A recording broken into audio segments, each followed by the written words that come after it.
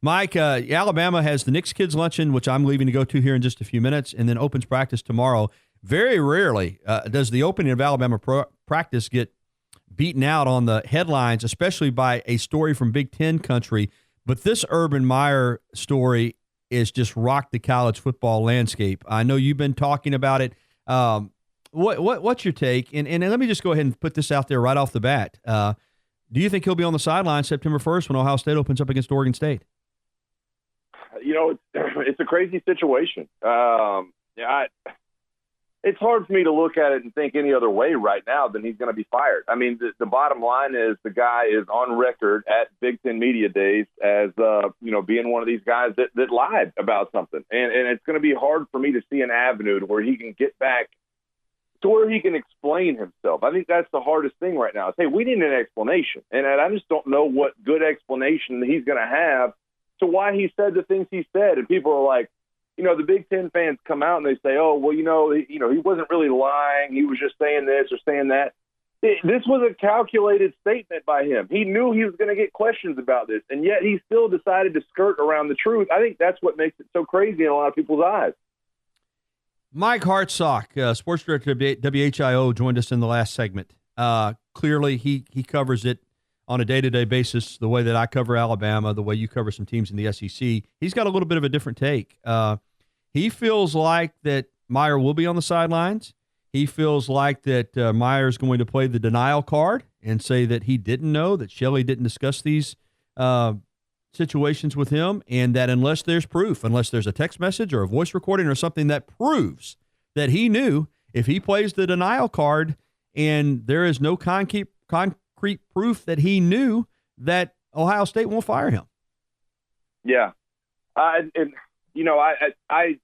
see where that's coming from. And I think that's such a tough thing right now. And what you got to remember, and I know, listen, Ohio State fans, and no other fan base is different from this. Ohio State fans, they get defensive about it. They're all the same. Our coach, and no other fan base would react that differently. I know that certain individuals would react differently, but no other fan base as a whole probably reacts differently. But I mean, I just don't see this going away, Gary. That's the thing for me is when is Urban Meyer going to stop getting questioned? At what point is the attention going to go away from this story? I don't see it happening anytime soon. In today's climate, in today's news climate, today's media climate, I just don't see how this goes away. That's why I keep coming back to the fact that I don't think he's going to be the head coach, because there's no explanation you can give, in my opinion, that really covers up or really excuses him from the fact that this happened. Listen, you can talk all you want to about it. I've read a couple of articles. Urban Meyer's wife works for the university as well, and so she's not exempt from some of these Title IX charges as well. And so it's going to be interesting to see it all play out. There's going to be investigations. Other things are going to come out. I think you've got to expect other things to come out at this point, don't you, Gary? Because if there was nothing else to this and this was all just going to go away, he wouldn't have come out to Big Ten Media Days and said the things he said. There's something else back there. There's something else that's going to come out, and I just don't know how at this point in today's media climate that Urban Meyer continues to skate around it. I just don't think this is something that you get brushed under the rug. Not today, not after Michigan State, not after Baylor. It just doesn't go away that easily anymore. One thing I think that will come out is we'll continue to expose domestic violence for what it is, and shed light on the fact that oftentimes these things do go unreported and unnoticed. I thought it was amazing, and I don't want to get off base with the sports aspect, but Courtney Smith, Zach Smith's former wife who's alleging this abuse, said that she told both sets of parents, her parents, his parents, both of them basically said, don't call the police, hang in there, it will stop. You're going to lose your family, he's going to lose his job. So, Urban Meyer's a football coach, but you can see what a sticky set of circumstances this is when even parents and parents-in-law are encouraging her not to come forward. So, again, if he loses his job and deserves to lose it, I got no problem with it. But at the same time, these types of stories, involve a lot of people. And this is tough, I think, Mike. You're talking about a football coach, his assistant, a friend. He employed him at Florida, employed at Ohio State. I think it's easy for us to all point blame at Urban Meyer and make it sound like this is an easy thing to deal with, but it's not. And probably personally it hasn't been easy for the Meyers. Well, I think you're talking about the entire story right there with what you're talking about. I think that, in my opinion, and obviously, I'm not that well versed on some of these laws, but in my opinion, Gary, that's the reason these laws were put into place. These Title IX laws that keep coming up, and you can make it a moral issue, you can make it a relationship issue, you can make it a parental issue, but that's why these laws were put into place. So there's not a guessing game. So there's not the, well, should I do this or should I say something? These laws that are kind of governing this entire ordeal were put into place so that people don't have to guess anymore. You don't have to say, well, should I do this? He's a good friend of mine, or maybe they can work out the relationship. That's why these laws are there, and I think that's what makes it such a head scratcher. And listen, I'm not proud of everything my friends have ever done, but I can't say that I wouldn't have gone a different route if I were Urban Meyer. He's the face of that program. He's the face of that university. He makes like $20,000 a week or something like that to be that kind of face of that program. And so he just simply put has to answer to a different set of circumstances than the rest of us do. And that's what makes it such a tough pill to swallow. Fair enough. Absolutely. All right. From a football standpoint, obviously Greg Schiano wasn't made the acting head coach because of all the issues that he's had. So they give it to a guy who's a young football coach, has a nice track record, but Ryan Day, quarterback's coach and co-offensive coordinator, suddenly is in charge of the day-to-day operations. Let's say that Meyer doesn't come back and Day has to be the acting head coach for the entire season. From a football impact standpoint, is this going to cost Ohio State a game or two? Oh, I don't see how it doesn't. And listen, I have all the faith in the world in Ryan Day, and I have all the faith in the world in the talent they have on that football team. They have an incredible amount of talent. I mean, let's not get that misconstrued. They're going to out-talent almost everybody on their football team. But if you're going to tell me at the end of the year that Ryan Day is going to face off with Jim Harbaugh in a football game, for all the question marks you have about Jim Harbaugh as a head coach, I got to give the edge to Jim Harbaugh in that matchup. And so I think that this definitely one or two games down the road, down the stretch of tough football games Ohio State's going to play. And we can all make jokes at the expense of the Big Ten scheduling and do whatever we have to do. But Ohio State's going to face a number of formidable opponents this year that I think can expose that. Urban Meyer, listen, he's not one of those guys that's leaned on his assistant coaches all the way up. He's had good assistant coaches, but he's made a lot of those assistant coaches what they are. And that's why you see guys like Dan Mullen and Tom Herman and Charlie Strong and some guys like that have good career records. But Urban Meyer's Urban Meyer. He was, in my opinion, the second greatest coach in the game. And if he's forced to sit out this year, I don't see how this doesn't knock Ohio State from a win, 2 wins, maybe 3 wins at some point this season. I'm with you. All right, let's move on to Alabama. Before we get to the football side of it, let's get to the broadcast side.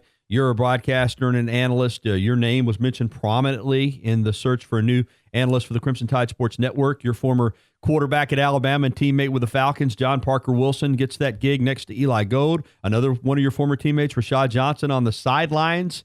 You know both these guys well. How do you think they're going to do? Oh, I think they're going to do great. I'm so excited for John Parker, and I'm so excited for Rashad. And listen, everybody knows that JP has got that kind of charisma that leads to a lot of situations. And, John Parker's a guy that understands the position he's been put in. I think that was the concern for a lot of people, including myself, that when you get a guy like Phil Savage in there, he understands the depth of that position. And you want somebody else to come in there that understands the depth of that position. And John Parker's a guy that grew up listening to Eli Gold and listening to a lot of those people. And so I think the greatest thing for him is that he can look at it and say, hey, I know what's going on. I know what's expected of me. And this, Gary, that's a job that is a full-time job that's probably paid like a part-time job. And you're going to have to put a ton of work in. But I know John Parker understands that. And he's willing to look a little bit deeper into that football team, do the research that he needs to do to have the knowledge available that he needs. I don't know a lot of people that know X's and O's football better than he does. So I think the pairing of him and Eli Gold, as well as Rashad Johnson on the sideline, I think it's going to make for a lot of good calls this year for Alabama football. Football-wise, first practice in Tuscaloosa tomorrow, fan day, media day on Saturday. Alabama is the pick by most to not only win the SEC championship, which the Tide did not do last year, but to repeat as national champions as well. Alabama wins the SEC and national championship, in your opinion, if what happens? Obviously winning the games, but from a standpoint, what is most important as you see it going into the season for Alabama to do what it's predicted to do, and that's win it all? What has to happen? A couple of keys for Alabama to be successful. Well, first and foremost, and I've shied away from talking about the secondary because I believe in the end they will be a very good secondary at the end of the year. But first and foremost, that defense as a whole has to uphold the legacy of Alabama defenses. And for all the things you think that defense is capable of, there still are a few depth concerns in the front seven, and there's a whole new starting lineup in the back end. And so I think a lot of Alabama fans have looked at this football team, Gary, and said, you know what, the offense can uphold what the defense is not going to do. Well, that's not a slam dunk either. This offense is still a work in progress. They're still trying to figure out the offensive line. They're still trying to figure out the quarterback situation. So I think first and most importantly, with a couple of passing offenses there in the first 3 or 4 games in Louisville and Ole Miss, they've got to establish on the back end and in that front seven that they can be the Alabama defense that we've come to know and love. And if they're able to do that, I think that carries Alabama through some games, through possibly some tough stretches. But that's first on the list for me. They've got to be able to show that they can shut down the run, force teams into long passing situations, get to the quarterback, and play some man-to-man coverage. And if they can do that, I think that'll allow some time for that offense to really get its feel. Nick Saban, is he just blowing smoke when he says that he'll play both quarterbacks if that's what's best for the team? Do you think there's a real possibility, forget the 4-game redshirt rule, do you think there's a real possibility that both these quarterbacks could play throughout the season, or he's going to settle on one guy? I think that both quarterbacks will play throughout the season. I think that, and I've mentioned this to you before, I think the only way we're going to know who really is the best quarterback in Nick's opinion is if they are tested in the first few games. And whoever Nick Saban has to trot out with 3 minutes to go in the fourth quarter or 3 minutes to go before halftime, whoever Nick Saban has to trot out in those situations, that's who you know is going to be the quarterback. And I think Nick Saban's going to play both guys. I think that both guys should play. I think they both bring a different dynamic to the offense. But until Nick Saban's forced to make a decision, and I don't think he's going to be forced to make a decision until later in the year, but until that time comes, I think he's going to play both. I think he's going to rotate them in different, situations. I think that Jalen will be in the middle of the first quarter, middle of the second quarter. I think Tua will be in probably, in those 2-minute situations and obvious passing downs. And so Nick Saban, I don't think will be forced to make a decision. So until he does, I think you'll see both guys get some playing time, and I think you'll see both guys be relatively successful in what they're trying to do. Wrapping up with Mike Johnson in the East, of course, and you're based in Atlanta. Kirby Smart in Georgia has the bullseye on their back this year. Their quarterback situation not getting nearly as much attention as Hurts and Tagovailoa, but with Fromm and Fields, how do you think that's going to play out? I mean, there's a lot of pressure on Georgia to play Fields. Will they employ a 2-quarterback system to some degree, in your opinion?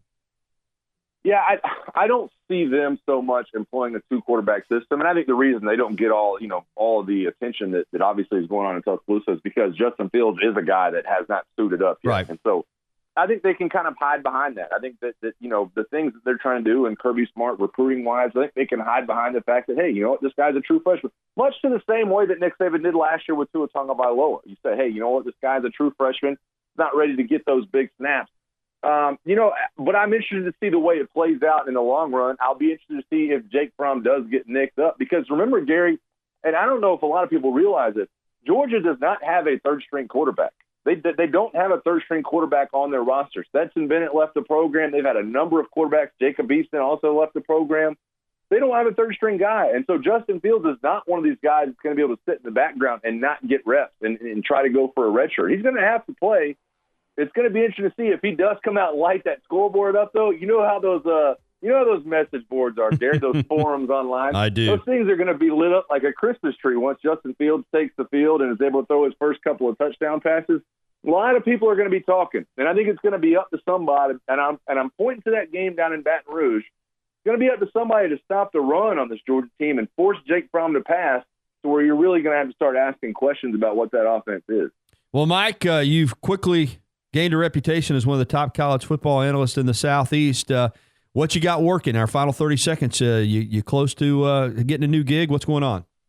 Yeah, I'm close to a couple of different things, and I think it looks like right now, Gary, I'm going to be working with CBS 42 in Birmingham for the fall, doing some football coverage on Saturdays, and I got a couple of other things in the work that I'm really excited about. Not quite ready to announce some of them, but obviously, as always, stay tuned, and as always, I appreciate your support and everything, and look forward to talking to you again soon. Absolutely, you're a great part of the program. Thanks a lot, Mike.